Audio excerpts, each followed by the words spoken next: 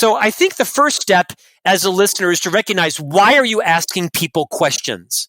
Are you asking them for your need to know, to respond, or their need for you to know? This is an important point. When someone passes away, what's the first question we usually ask about it? How did it happen? How did it happen? Was it a suicide? Was it cancer? Was it sudden? Did you have notice?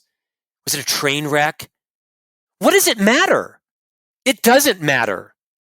It's usually because we're uncomfortable.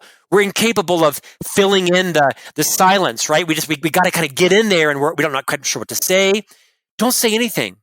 Or maybe just say, I'm sorry, or how are you? Maybe it was a relief. People will tell you what they need for you to know. So for your listeners, I'd really challenge you, if you want to become a better listener, check back in every 2 or 3 seconds. Recognize that distractions are human and they're not getting less. They're going to exponentiate. Second, recognize that when you're probing, when you're evaluating, when you're interpreting, it comes from a good place, but it's usually not helpful if you're trying to build relationships. Ask yourself, the next time you're tempted to ask someone a question, why do I need to know that? Now, there's times to ask questions, right? All of us have been taught to peel the onion and get to the root cause. I get that that's a skill, and I'm quite adept at that. That's not a skill to employ if you believe in the value of relationships. I'm Srini Rao, and this is the Unmistakable Creative Podcast, where you get a window into the stories and insights of the most innovative and creative minds who've started movements, built thriving businesses, written best-selling books, and created insanely interesting art. For more, check out our 500-episode archive at unmistakablecreative.com. One in 2 women wear the wrong foundation. Which one are you? Get on the better-looking side of those odds with Il Makiage. Using AI, Il Makiage virtually shade matches you to the perfect foundation. Their foundation has over 50,000 5-star reviews thanks to its luxe lightweight formula. And with 50 shades, there's a flawless finish for everyone. Take the Power Match quiz to find yours at ilmakiage.com/quiz. That's ILMAKIAGE.com/quiz. Scott, welcome to the Unmistakable Creative. Thanks so much for taking the time to join us. Thank you for the platform today. Yeah, it is my pleasure to have you here. So I actually found out about your book, Management Mess to Leadership Success. And, I knew that you had worked at FranklinCovey, and, we've basically been exposed to a lot of this information through different sources. But you guys really are kind of the go-to source. You and, a handful of people, I think it's you and David Allen really are kind of the go-to source of all of this material about how to be more effective, in our lives and our workplace, all of which I want to get into. But before we do that, I want to start by asking you a question that I think is very relevant given the nature of your work. And that is, what is one of the most important things that you learned from one or both of your parents that have shaped who you've become and what you've ended up doing with your life? Oh, no question from my mother. My mother was a stay-at-home mom, right? She's still alive. My parents have been married for, I think, maybe 55 years now. But I saw my mother read the newspaper every morning of my life, from probably kindergarten through college. I'd come out of bed, come into the kitchen. My mother would make my brother and I breakfast every morning, like hot breakfast, pancakes and eggs and bacon. And my mother was reading the Orlando Sentinel. We lived in Central Florida. And so every morning, 7 days a week for 18 years, my mother inculcated in me, maybe accidentally, the value of reading and the correlation between reading and your vocabulary and your ability to think and digest information and to build your ability to communicate. So I would attribute my love for reading, my love for writing, to watching my mother read the newspaper every day at 7 a.m. as a stay-at-home mom. It's had an indelible imprint on my passion, and I think really my career success. And what about your dad? My dad was a hard worker. He was an illustrator at a defense contractor. His father died when he was 10. His twin brother caught polio back in the 50s, lived for a decade in an iron lung, died when he was 26. And so my father had a rough upbringing, kind of without two parents. His mother kind of went into mourning, so to speak. So I learned from my dad probably the appreciation for having parents, having them around. And my father was a super hard worker. My father worked just thousands of hours of overtime to provide for his family. And I think my strong work ethic has come from my father. Yeah. So that imprint of learning how to love to read, I know for a fact that, from having read your bio, you did some work in K through 12 schools when you started at FranklinCovey. But the thing that I wonder, I remember very distinctly a certain point at which reading stopped being this thing that I did for pleasure and it started to become an assignment. And I don't know, we might be close in age, but I remember when I was in third grade, you would get a free personal pizza if you could read X number of books in a month. And that was my motivation. And it wasn't until I finished college that I picked up a book again out of genuine interest. And it's funny because I can tell you, I am pretty sure I've probably read more books in the last year than I have in my entire professional and personal life combined up until I was like 21, 22. Why do you think that is? I mean, you've worked in our education system. Like, why have we not put the kind of information that you're talking about into our schools? And what do you think is wrong with our current education system? Which I realize implicit in that question is the fact that I think something is wrong with it. But given your perspective, how would you update it to prepare people for the workforce that they're entering? Well, I might start by putting the focus on the family. I think it's your parents and it's your home environment that creates a love for reading. I don't know that it's educators as much that have the responsibility for modeling to our kids. I think we put too much responsibility in the school. I mean, it's my responsibility to make sure my kids know right from wrong and that they know the difference between strong values and weak values and strong character. It's my job to imprint what I want my children to learn. So I might flip the script and say, I think reading starts in the home. Look at me.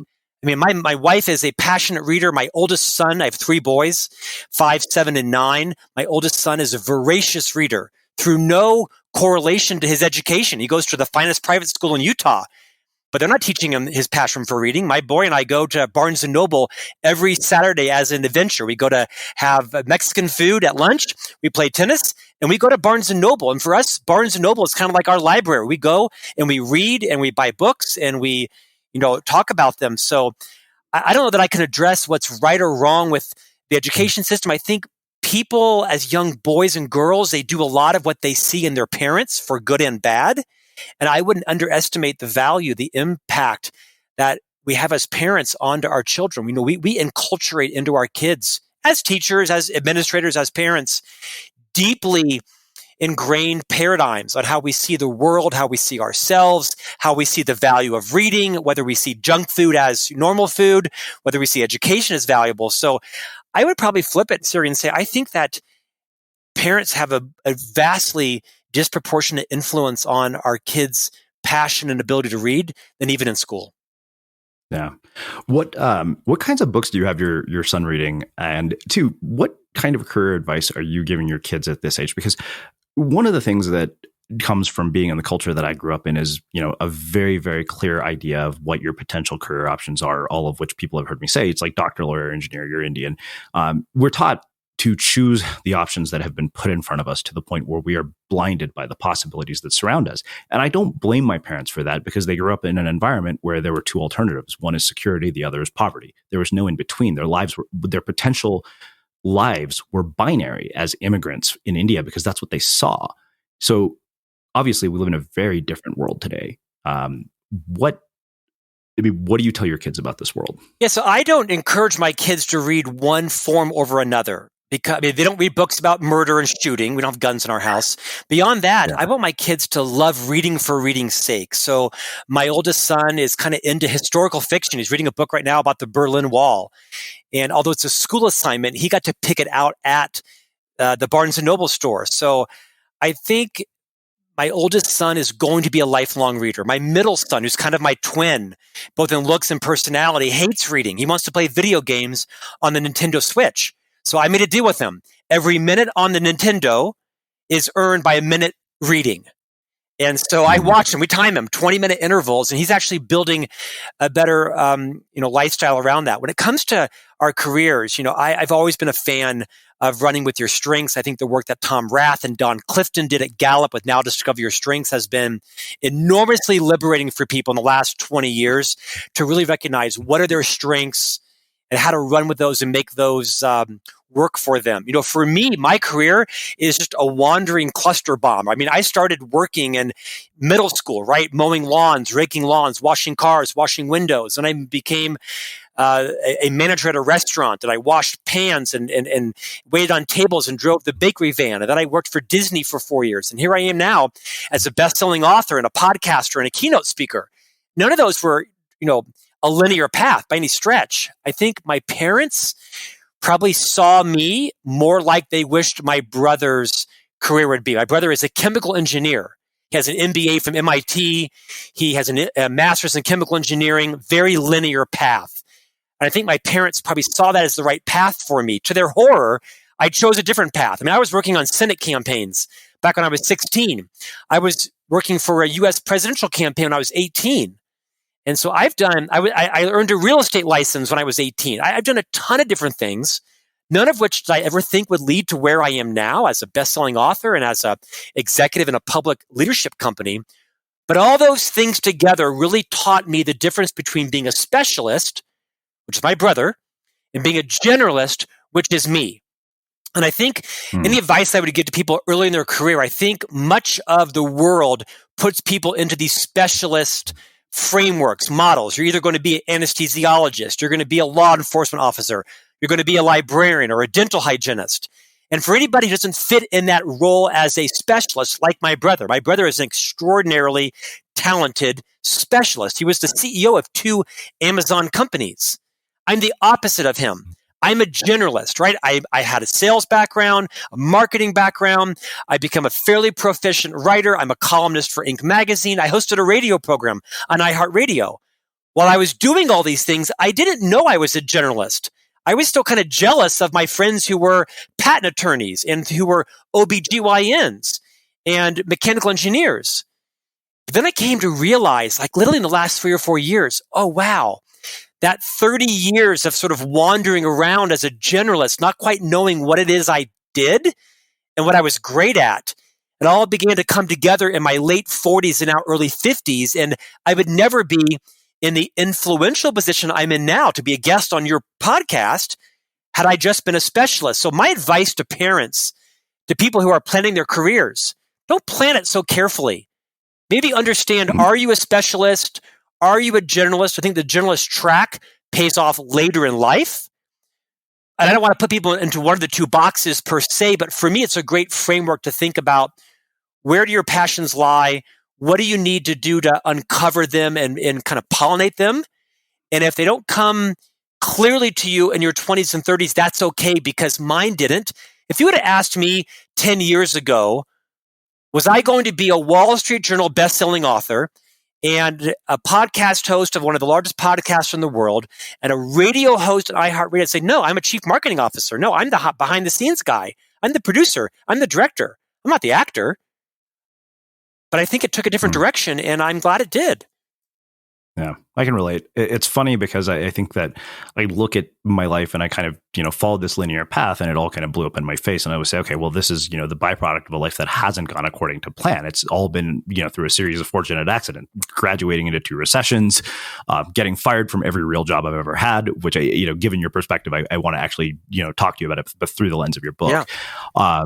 But yeah, I mean, we had David Epstein here, which, listening to you talk about generalist versus specialist, he actually talked about that and talked about why generalist will actually start to thrive in a specialized world. So it's an interesting perspective. I interviewed David on my podcast, and his book Range, I think, gave me permission to be comfortable, be confident, to be obsessed with the value of being a journalist. Unfortunately, it took me till like age 51 to really appreciate that. But it's David that gave me permission to be, like I said, an evangelist of the value of generalists. Yeah. So one of the things I wonder, when I look back at my job history, I realized that I was a creative person who never got to do a creative job. And I had a mentor who once said, he's like, if you mismatch talent and environment, you're going to get piss poor results, which is, no surprise. And so why do you think that is? Like, why has it taken us so long to figure out, to hire people based on strengths, to put them in roles where they'll thrive? Because I feel like, it's kind of just shooting in the dark. At least, 20, 25 years ago when I graduated from college, it was, hey, these are the options. Hopefully you don't suck at them.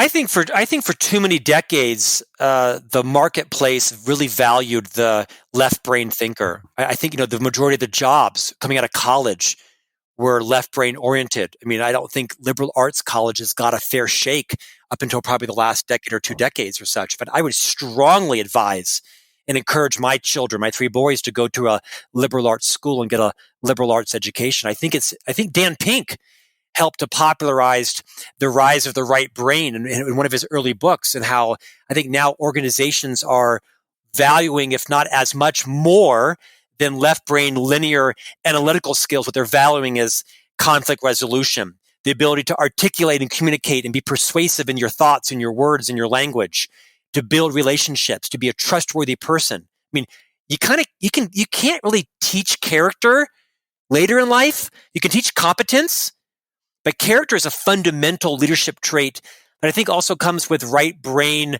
passions, is understanding who's been successful, who's failed, and what do you learn from those. I think organizations are now swinging rapidly to what we call these sort of soft skills, which are in fact human skills. They're not soft skills, right? Give me someone that has a strong work ethic, that's self-aware, that has the ability to apologize and recognize how they work well or don't work well with others, and I can teach them almost any skill. I mean, I could be the leader of the neurology division at a hospital without knowing the first thing about, neuroscientists, as long as I can understand how to lift and unleash the passions and talents of neuroscientists and of neurologists.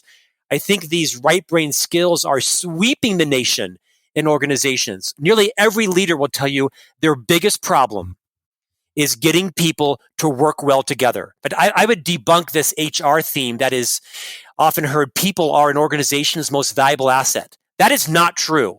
People are not an organization's most valuable asset. It is the relationships between people that is your killer app. That is your competitive advantage. Because you can have a Rhodes Scholar sitting over here and a master black belt Six Sigma expert over here. But if they can't get along, if they can't collaborate, if they can't communicate, if they can't forgive each other, if they can't pre-forgive each other and know how to complement each other's passions and talents and skills, I don't need you. So I think the ultimate competitive advantage for any company is going to be making sure that we value these right brain skills, these communication skills, the ability to work well with other people, find common ground, is going to be a 21st century skill that everybody needs. So we know a lot of you have been listening to us for years, and it means the world to us. What we do here at the Unmistakable Creative wouldn't be possible without the support of our listeners. If the podcast has been valuable to you, one of the best ways you can support us is to subscribe to Unmistakable Creative Prime, which gives you access to transcripts, all of our courses, monthly coaching calls, live chats with our guests, and an incredible community of creatives. And it costs less than you spend on a cup of coffee every month.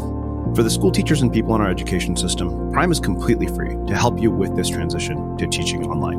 We've packed it with a ton of value and actionable content, and we hope you'll check it out. Just go to unmistakablecreative.com/prime to learn more. Again, that's unmistakablecreative.com/prime. Let's get into the book. You talk about this idea of becoming the leader that you want to follow. And obviously, we start with ourselves. And I think one of the first things you talked about is scarcity. And you said it's human nature to feel scarcity when we fear we won't have enough money, status, attention, whatever it is, right? To fill in the blank, like all the things that we all feel are not available to us in abundance. How do you begin to unwind that? Because I think that everybody listening to this feels scarcity in some area of their life. It is. And it can be a little bit of a Pollyannish idea. I'm going to use my wife as an example. I do not trash talk my wife, but in the next minute, I'm going to use her as an example of something that even she could grow upon. My wife is younger than I am. She's about 38 years old. I'm 51. And she was raised in a fairly affluent upper middle class family back in the 80s, one of 5 kids. Mother was primarily stay at home and did not lack for resources, went to private school, went to public college. And my wife is a very scarce person. You would have thought she'd been raised in a bankrupt family or that her father had not been loyal or honored his marital vows. It's not true. My wife, for being very talented and very well-educated, she's a fairly scarce person. And she's happy to, quote, let you have your share, but she kind of has to get hers first. I think it comes from some deep-rooted insecurity. I don't know what it is, because in my family, we've been successful. My wife and I have, a healthy income, and we're not, want of a lot of material things. We don't have all of our luxuries, but, we have a comfortable life. And so I don't know really how it's rooted in everybody. My sense is it comes from some upbringing that we all have. I was actually raised in a very abundant family. My grandmother, my father's mother, when her oldest son was afflicted with polio, but we're Catholic, and we continue to be Catholic. And my grandmother was a devout Catholic, and the Knights of Columbus came by and offered to pay for the cost of the iron lung for my father's twin brother. And my mother tells this story that she heard from relatives that my grandmother said, no, go pay for the iron lung down the street. I can afford it. Now, she was a widow. She worked in the lunchroom at the local state mental hospital. She couldn't afford to pay for her son's iron lung, but somehow the values that she was grown up with on this Minnesota farm was an abundance mentality. So somehow she scraped together the funds for this iron lung and sent the Knights of Columbus on their way down to a less fortunate family. My grandmother was not a wealthy woman, but she had an abundance mentality. And that story has stayed with me through my entire life. So I think it's probably the stories we tell. It's the paradigms that our parents enculturate in us. So I wonder, what is the story that my wife was told by her family and parents that has created in her somewhat of a scarce mentality? Do not underestimate the impact that parents have on your children and that leaders have on their teams. Even adults, 30s, 40s, 50s, and 60s, are still having their own paradigms warped by leaders who teach them incomplete or inaccurate or unfulfilled paradigms. So we'll get into paradigms, because it's funny to hear you talk about scarcity in this way. I was having a conversation with my roommate the other day, and I said, people like us, we go on Amazon to buy something like literally the headphones that I'm wearing. I needed new headphones for an audio interface. And I couldn't help but thinking about something Naval Ravikant said in this epic podcast that he did on how to get rich. He said, in every decision, the thing you should be considering is your time. And I remember thinking, I was like, okay, you know what? If this were a couple of weeks ago, I would have literally sat here and looked through every headphone, pair of headphones for saving $3. These are $32. All the rest are $29, and these are marked as the bestseller. And I noticed that. I was like, wait a minute, what for $3? That's not going to make any difference. And yet I couldn't believe how many times in my life I've sat around and done that. Yeah, I don't do that, but I appreciate the wisdom you just offered. It probably came to me from having 3 sons, because my time is at a premium now, right? Speaking and raising 3 children. My most important role in life is as father now, tied with spouse. So I'm extraordinarily deliberate on how I use my time. And I'll tell you something that I've implemented in my life that your listeners might actually appreciate. I every hour on the hour, at the top of the hour, from 4 a.m. to 9 p.m. every day. Those are the hours I'm awake, 4 a.m. to 9 p.m. I'm never awake after 10:01 in the evening, never. And I'm always awake at 4:01 in the morning. It's when I write in the morning.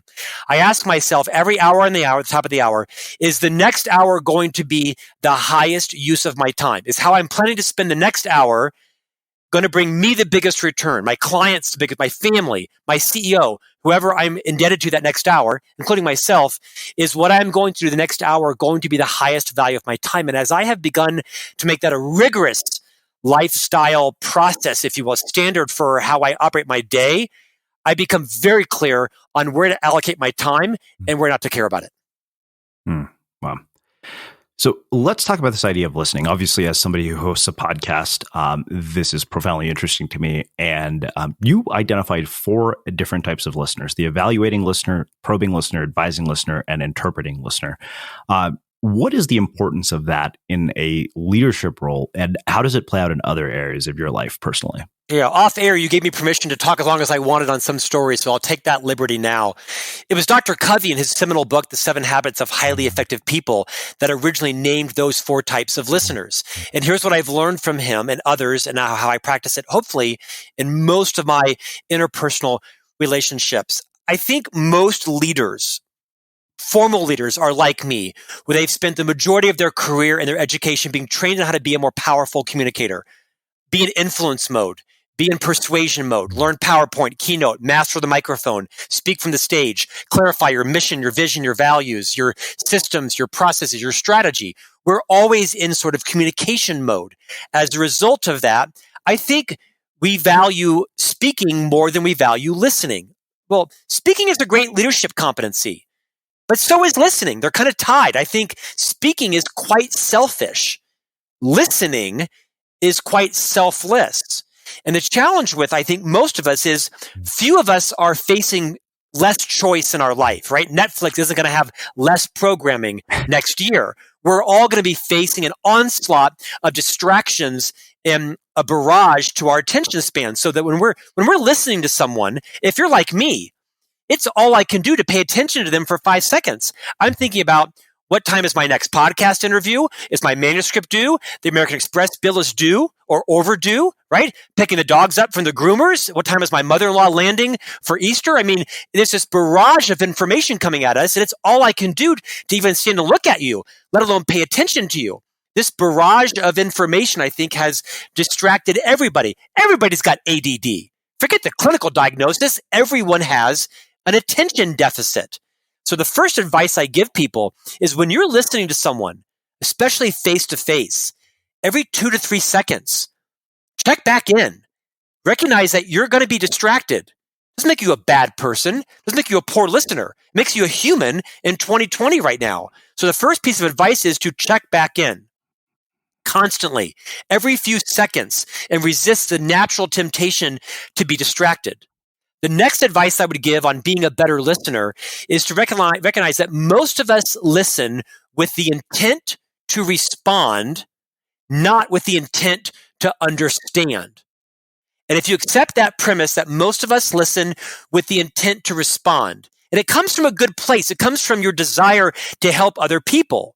The problem is it tends to manifest in questions, evaluating questions, probing questions, where we tend to interrupt a lot because we're often on our own timeline, our own agenda, on our own field of experience, right? We're asking questions with the intent to help the other person, but from our own frame of reference. It's actually quite selfish. It comes from a good place, but most people don't want you to solve their problem for them. They just want you to validate their feelings and listen to them empathically, especially in relationships. My wife does not want me to solve the conflict of what's happening at Orange Theory. She doesn't want me to tell her how she... Totally. But it's not even gender specific, right? She doesn't want me to solve her problems. She just wants me to validate the insanity of what she's feeling. So I think the first step as a listener is to recognize, why are you asking people questions? Are you asking them for your need to know, to respond, or their need for you to know? This is an important point. When someone passes away, what's the first question we usually ask about it? How did it happen? How did it happen? Was it a suicide? Was it cancer? Was it sudden? Did you have notice? Was it a train wreck? What does it matter? It doesn't matter. It's usually because we're uncomfortable. We're incapable of filling in the silence, right? We got to kind of get in there, and we're not quite sure what to say. Don't say anything. Or maybe just say, I'm sorry. Or how are you? Maybe it was a relief. People will tell you what they need for you to know. So for your listeners, I'd really challenge you, if you want to become a better listener, check back in every 2 or 3 seconds. Recognize that distractions are human and they're not getting less, they're going to exponentiate. Second, recognize that when you're probing, when you're evaluating, when you're interpreting, it comes from a good place, but it's usually not helpful if you're trying to build relationships. Ask yourself, the next time you're tempted to ask someone a question, why do I need to know that? Now, there's times to ask questions, right? When it comes to your inventory turns, your EBITDA, your P&L, whatever it is. There's times, all of us have been taught to peel the onion and get to the root cause. I get that that's a skill, and I'm quite adept at that. That's not a skill to employ if you believe in the value of relationships. Let me share one final concept. Several years ago, I had the privilege of interviewing the famed linguistics professor and author, Dr. Deborah Tannen. If you were raised in the 70s and the 60s, it was required reading if you had an organizational communication degree. She's in residence at Georgetown. And Dr. Tannen taught me something that was absolutely a game changer, a pivot point in my communication. She said, the reason most people interrupt others is because every one of us has a sort of subconscious alarm clock that goes off in our minds when we think the other person should be done speaking. I think Tina should speak for 42 seconds. You think Tom should speak for 49 seconds. We both think Travis should not talk more than 10 seconds. You get the point. And that subconsciously in our minds, when that alarm clock goes off and we think that that person should stop speaking, we interrupt to either move it along, save ourselves from the awkward silence, or finally get them to finish talking. When in fact, what Dr. Tannen says is when you're tempted to interrupt someone, gently take your upper lip and touch it to your lower lip and close your mouth. Don't grimace. Don't even make it noticeable. Just gently touch your upper lip to your lower lip and count to 10. 1, 2, 3, 4, 5, 6, 7, 8, 9, 10. And she says it's in that 8 to 10 seconds, if you can resist the temptation to interrupt the other person, the odds increase exponentially that they will land their point, stop talking, or perhaps disclose something especially vulnerable or important or salient that then allows you to figure out how you're going to move ahead. I think if people are better attuned to why they ask questions and when, recognize that they're on their own agenda, their own timeline, and their own field of reference, and it can minimize their interruptions, those three things right there will transform the nature of all of your interpersonal relationships.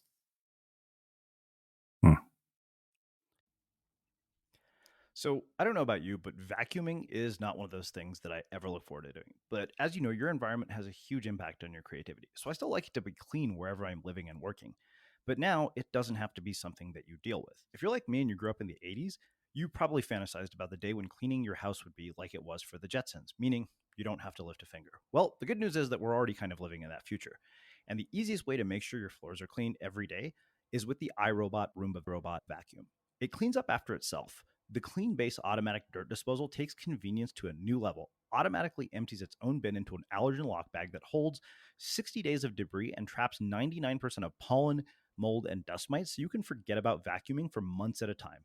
Let the Roomba clean for you instead. It learns your home, finds dirt, and empties itself on its own.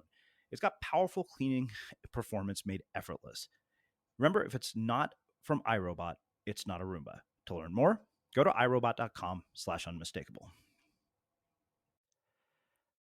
It's funny because this is the reason that I don't have any scripted questions for my conversations other than how I'm going to start and how I'm going to end. And anytime somebody asks me to send questions, I basically send them a list and say, P.S., I'm not going to ask any of these. Right. Can I share a final thought to that? Please, yes. When you introduced me, you mentioned my role with FranklinCovey. I have been privileged to have a 24-year career here at FranklinCovey. Dr. Covey hired me, groomed me from a young pup. He passed away 7 years ago from the results of a brain accident from a bicycle incident. And whenever I'm interviewed on podcast or in conversations, I'm always asked, what's the one thing you learned from Dr. Covey? Now, Dr. Covey has written books that have sold, 50 plus million copies, right? I mean, he's an iconic leadership expert, the real deal. This man walked his talk. His character was unimpeachable. And he taught me the difference between being efficient and being effective. And I write about this extensively in my book. He wrote the book, The 7 Habits of Highly Effective People, not the book, The 7 Habits of Highly Efficient People. I never understood the difference between having an efficient mindset and an effective mindset until I joined the FranklinCovey company. And it's something I still struggle with. I am, probably like you somewhat, a very efficient person. I author numerous books. I'm the parent of 3 children, podcasts, webinars, speaking around the nation, traveling around the world. I'm a very productive person. I get up at 4 a.m. I write. I'm the kind of guy that goes to Home Depot and I'm at the door at 5 o'clock before they open. And the marigolds are in my SUV. They're planted by 5:30. The car's washed by 7:30, and I'm ready for tennis by 8 o'clock. This is my life. It's actually served me very well in many areas of my life, this sort of urgency, addiction, efficiency, productivity. It's why I've been so successful in some areas of my life, this efficiency paradigm. The problem is I'm efficient in every area of my life, and you cannot be efficient in your relationships with people. You have to be effective. You have to move out of your efficiency paradigm into an effectiveness paradigm.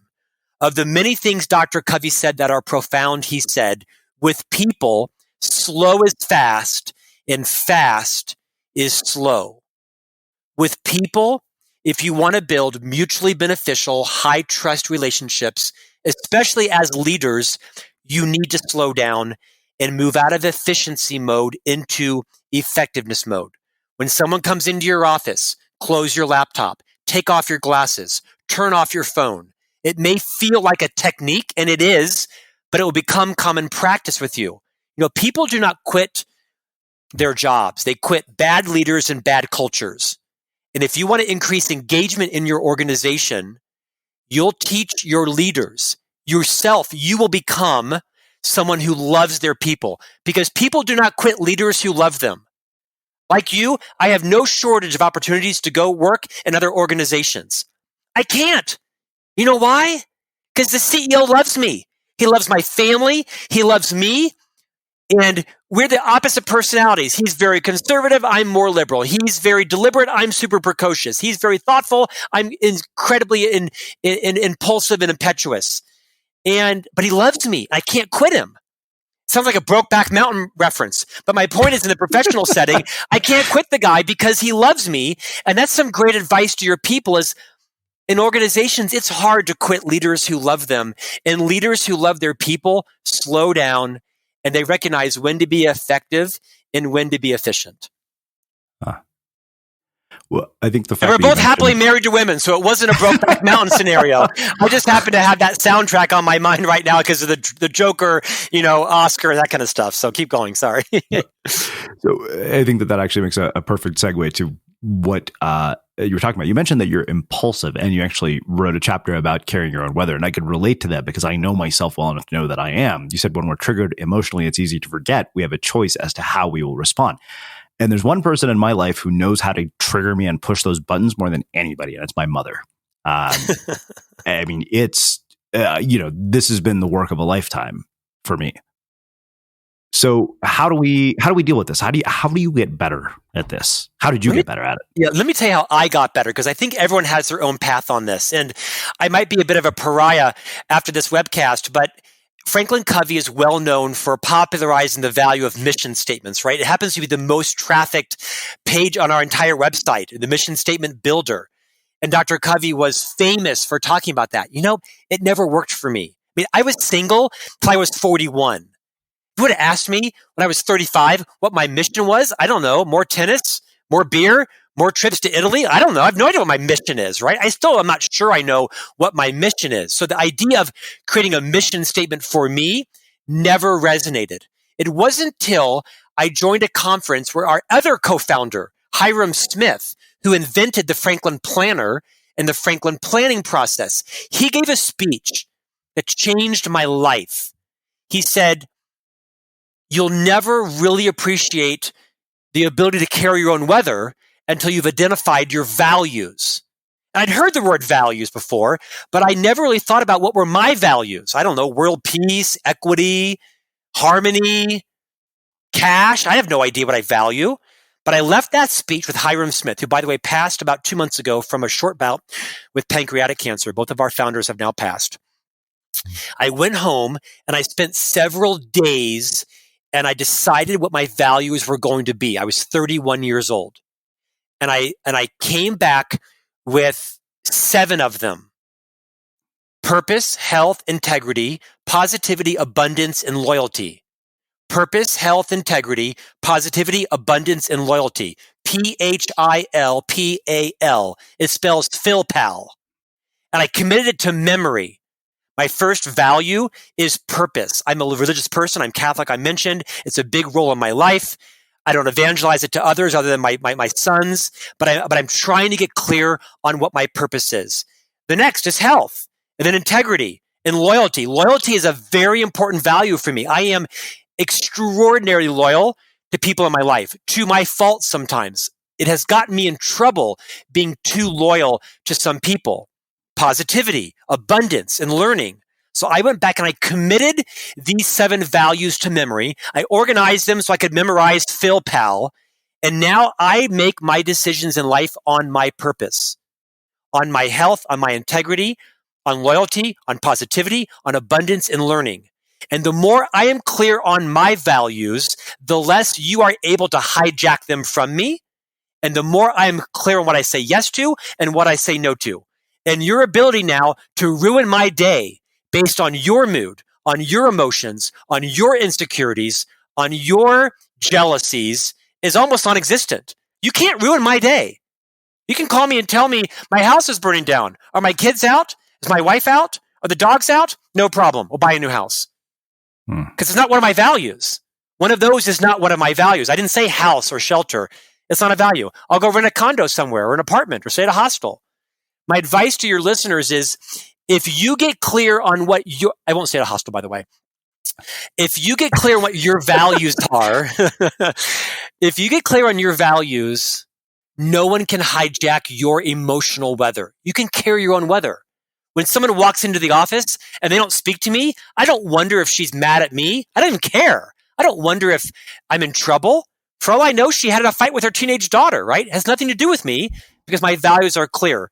I know what my value is because I know what my values are. Hey, it's Srini. I hope you're liking this episode of The Unmistakable Creative. Did you know that every Sunday, our community manager, Melina, sends out 10 key takeaways from episodes like this one?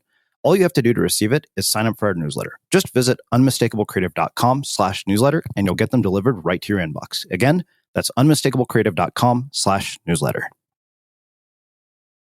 So, it's funny because I think you covered multiple chapters throughout our conversation. So there's a few specifics that I want to go into. You talked about this idea of balancing courage and consideration. You said that courage is telling it like it is, calling things out, stepping up to difficult conversations, and addressing tough issues. But when you overdo it, it comes across as bullying, brash, and undiplomatic, both of which I think you and I have been, just based on our conversation and me having read the book. Like, I have had to have this line of people will ask me to help them write.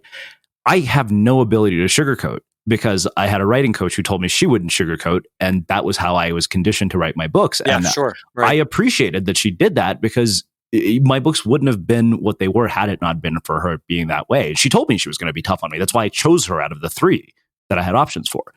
But I have noticed that if I give that same feedback to other people, they don't want to work with me. And, I kind of have to say, look, it's tough love. It's a criticism of the work and not you, but I definitely don't have the ability to sugarcoat. So with that in mind, let's talk about this idea of balancing the two. Yeah, I'm more like you than I'm not. And I think as I have become more senior in this organization, after I got married, as a parent, I have had to become more mindful of balancing my unbridled courage with a stronger sense of consideration. I kind of went through my 20s and 30s, one of those people you meet that just tells it like it is, lets the chips fall where they may. And it's quite selfish, actually. It really is a selfish communication style, because if you care about people, then you care about leaving them better off than when they encountered you, and you recognize that words have massive impact on people. I mean, I am stunned at how many people in my life can repeat something I said to them 17 years ago.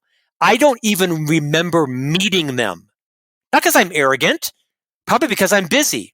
But they will verbatim repeat 2 things I said to them that either hurt their feelings or hopefully lifted them up. So my learning to share with your team has come hard for me. This was not easy for me, is that influential people are very deliberate and very careful about balancing courage with consideration. Another word for consideration is diplomacy. I think the greatest gift you can give anybody in your life is feedback on their blind spots. I may have mentioned this earlier. And that takes moving outside of many of our comfort zones It takes having high courage conversations where perhaps we feel awkward in them. We're not sure what to say. To the formal listeners on your podcast, I would say, as a leader, it is incumbent upon you to give people feedback in both a way that lifts them up and allows them to have their self-esteem intact, because hard news can be delivered in soft ways if you care enough to do it that way. Life is short. All that matters are our relationships. Not my Mercedes, not my home, not the vacation I took. All that matters is the legacy you leave with people. Have you lifted people up? Have you had an abundance mentality? Have you helped to make other people's lives better and easier based on what you've learned from those people who made your life better and easier? I mean, I don't know about you, but I am the product of people in my life who believed in me more than I believed in myself, who extended trust to me when I didn't earn it, and then sometimes when I didn't even deserve it.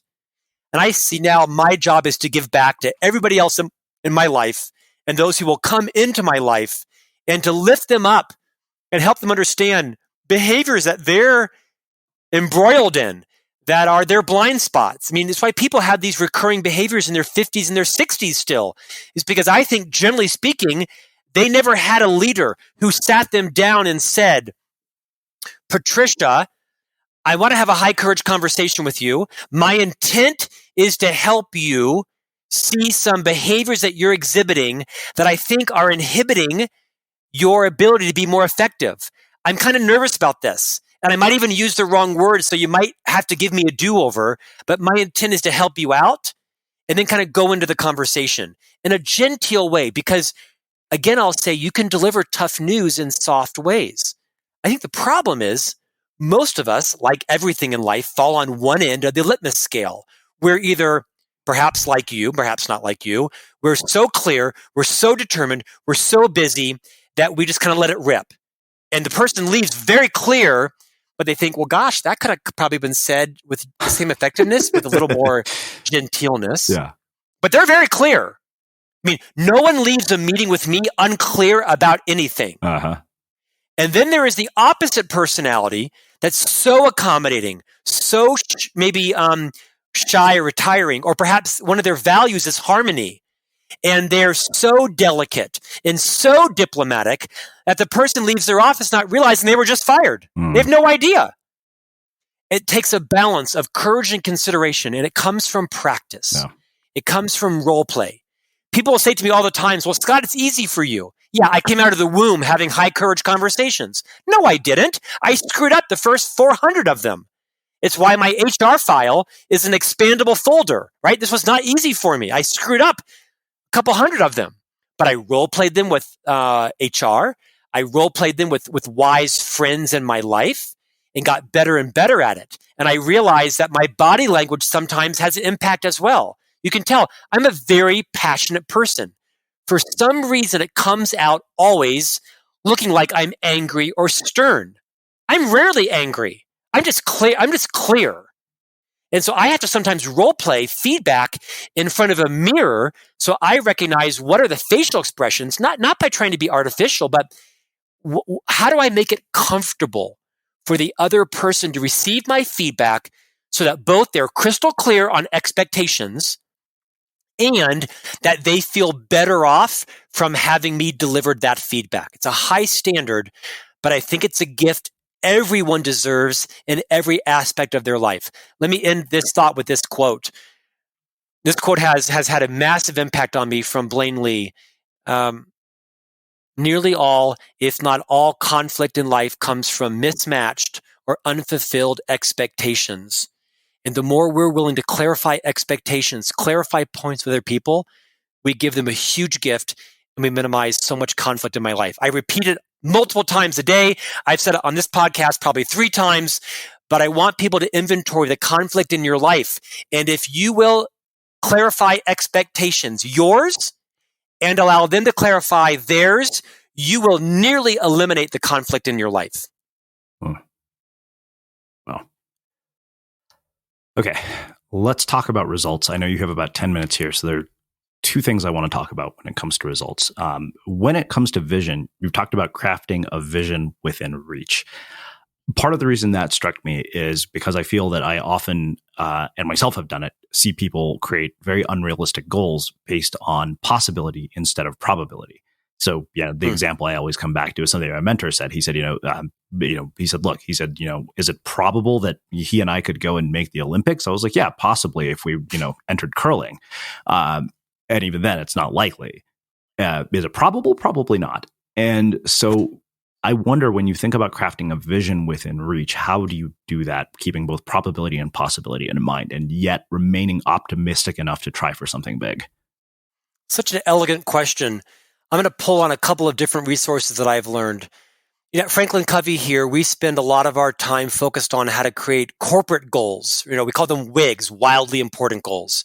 It comes from our friendship with Jim Collins, of course, who wrote Built to Last, and he popularized the phrase BHAGs, right? Big, hairy, audacious goals. A simple formula has helped me tremendously, and that's when you craft a goal in your life, they should always fall into the model of from X to Y by when. From X to Y by when. It might be a customer service goal. It might be a weight loss goal. It might be a marriage goal. It might be a FICO credit score goal, whatever it is, from X to Y by when. I think that's a very valuable formula. I think another reason why so often we create these aspirational goals for us is for those of us who have worked in and have been deeply enculturated in organizations, especially in the last 20 years, where a sort of genre of leadership is that a lot of entrepreneurial companies are led by high-performance CEOs. Right? They're high-performance athletes. They climb the Matterhorn. They go to Everest. They run, Kona Ironman. These high-performing CEOs set these goals that are impossible to reach because they're in their own life, they set these Herculean goals for themselves. And I think in our personal lives, this spills over because in our professional lives, we're set up for failure. Because if you win, you lose. If you win, you lose. What I mean by that, if you accomplished the goal, then it must have been set too low. You phoned it in. When in fact, there's enormous psychology to calibrating goals, both at the organizational level, the division level, the team level, and in your personal life. I think there's genius that I'm still searching for to find that stretch goal that requires you to do more than phone it in. It requires you to do more than just give extraordinary effort. You have to give, superb effort, but it's realistic that if you do achieve it, you win. I think there's some insight in what I said about if you win, you lose. I just say to the leaders, are the goals that you've set stretch goals, but are they achievable? Because everybody wants to win. And if people can't win in your company, they will go somewhere else where they can win. So set goals that are accomplishable. Don't celebrate coming to work on time at the office. Get a grip, right? But set goals that are stretch goals. But I interviewed someone, Jay Papasan, who co-wrote the book, The One Thing, right? This is from Gary Keller, from Keller Williams. Mm-hmm. Phenomenal book. It's the reason why this book sells, hundreds of thousands of copies. And one of their key premises is this idea of goal setting to the now. Goal setting to the now. And they take it back, and I may slaughter this, but basically, what are your 5-year goals? What are your 1-year goals? What is like your 1-month goal, your 1-week goal, your goal for today, and then your goal right now? 5 years, 1 year, 1 month, 1 week, 1 day, 1 hour, 1 now. It's called goal setting to the now. If you want to launch a podcast, if you want to increase your FICO score, if you want to save your marriage, if you want to lose 10 pounds, whatever your goal is, what are you going to do right now? Like the moment this podcast ends, or perhaps pause this podcast and come back to it in 5 minutes because you signed up for Experian to check your credit score. Or you're going to have a garage sale on Saturday and raise $400 and pay off your Visa bill to lower your debt to income ratio. Whatever your action is, what are you going to do right now? And practicing that principle, goal setting to the now, combined with setting goals in my life that are achievable with this from X to Y by when formula, I think if you can bring some semblance of those 3 things in your life, like me, it's worked enormously well.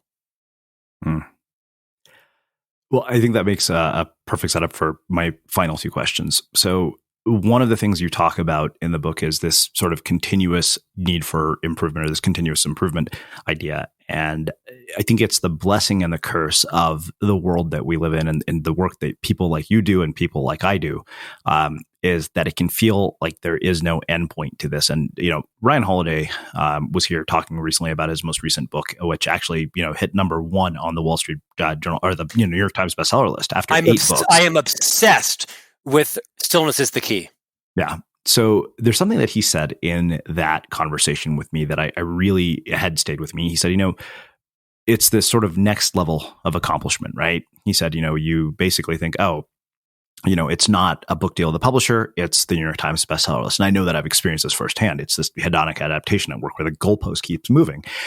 And one thing he said is that belief drives a lot of accomplishment, and it's good in the aggregate, because he said if everybody wanted to stay senator, nobody would run for president. But he said on the individual level, it is a lie, that it doesn't lead to the satisfaction that you think it will. So as somebody who literally has built, worked at a company that pretty much drives this belief that allows us to accomplish, I mean, your work actually fuels that in a lot of ways. And I don't mean that as an insult. I mean that, as a reality. It's obviously I've consumed a lot of your work.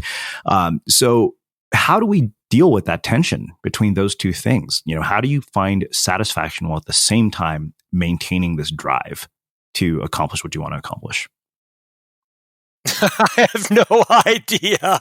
I mean, it's the penultimate question in our lives, right? Is you'll never know how much is enough until you've defined how much is enough. Love, adoration, praise, money, stature, moving up. You'll never have enough until you've defined how much is enough. That should haunt all of us.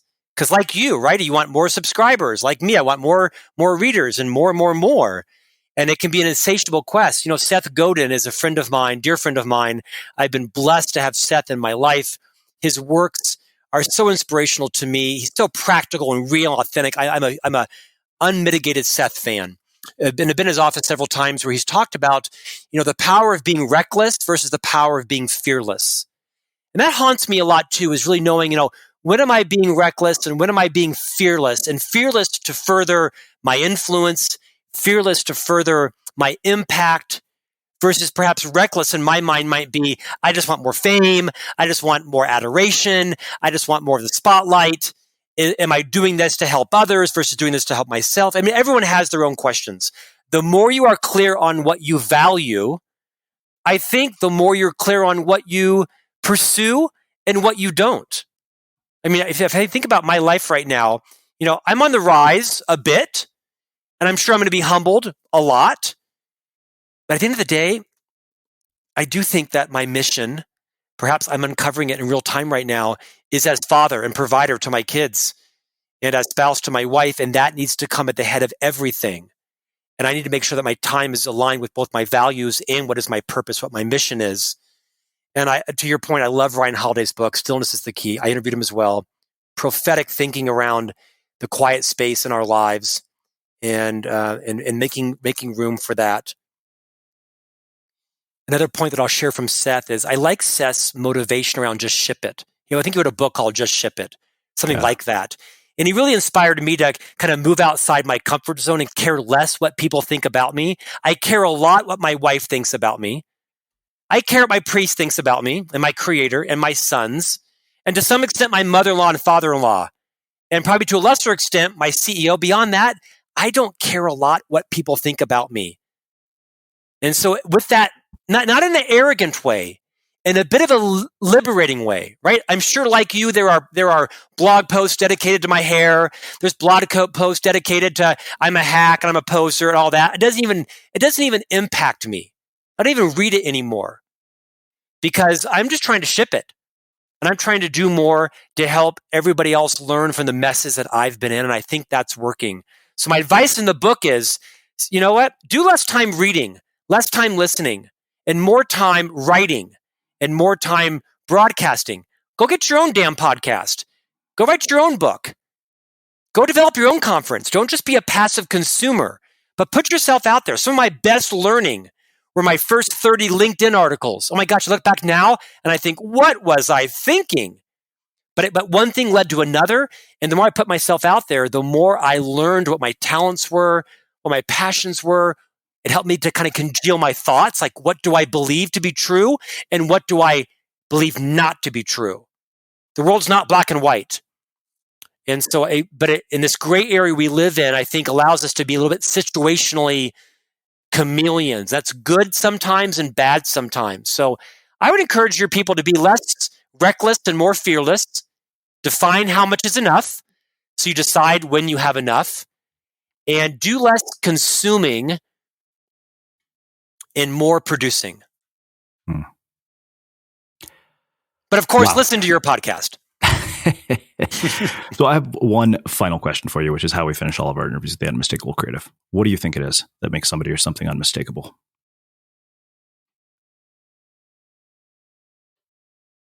I think generosity. I would go back to having abundance mentality. I think that my grandmother's impact on my life has been indelible. She couldn't afford the iron lung, yet she paid for the iron lung for her son and said, go give it to someone else. And that has created in me, I hope, a legacy of lifting others up, providing opportunity for others, not being not being complacent, right? I mean, I have to manage my own career. I have to create my own press. No one's going to do it for me alone. But having a life of abundance and keeping other people in mind and lifting others up along the way, that will be the greatest legacy anybody can ever give someone else. Amazing. Or leave. Awesome. Well, I can't thank you enough for taking the time to join us and share your wisdom and your insights with our listeners. Where can people find out more about you, your work, and everything else that you're up to? Well, my wife says, where can you not find me? She thinks I'm way overexposed. So, you can find me on Twitter, LinkedIn. Love to have you follow me on LinkedIn, Instagram. You can obviously, Google FranklinCovey on leadership for Scott Miller. The book is Management Mess, Leadership Success. The site is messtosuccess.com. So it's kind of hard to escape me if you just Google Scott Miller and FranklinCovey these days. Amazing. And to my wife's horror. And for everybody listening, we will wrap the show with that. Thank you for listening to this episode of the Unmistakable Creative Podcast. While you were listening, were there any moments you found fascinating, inspiring, instructive, maybe even heartwarming? Can you think of anyone, a friend or a family member who would appreciate this moment? If so, take a second and share today's episode with that one person, because good ideas and messages are meant to be shared.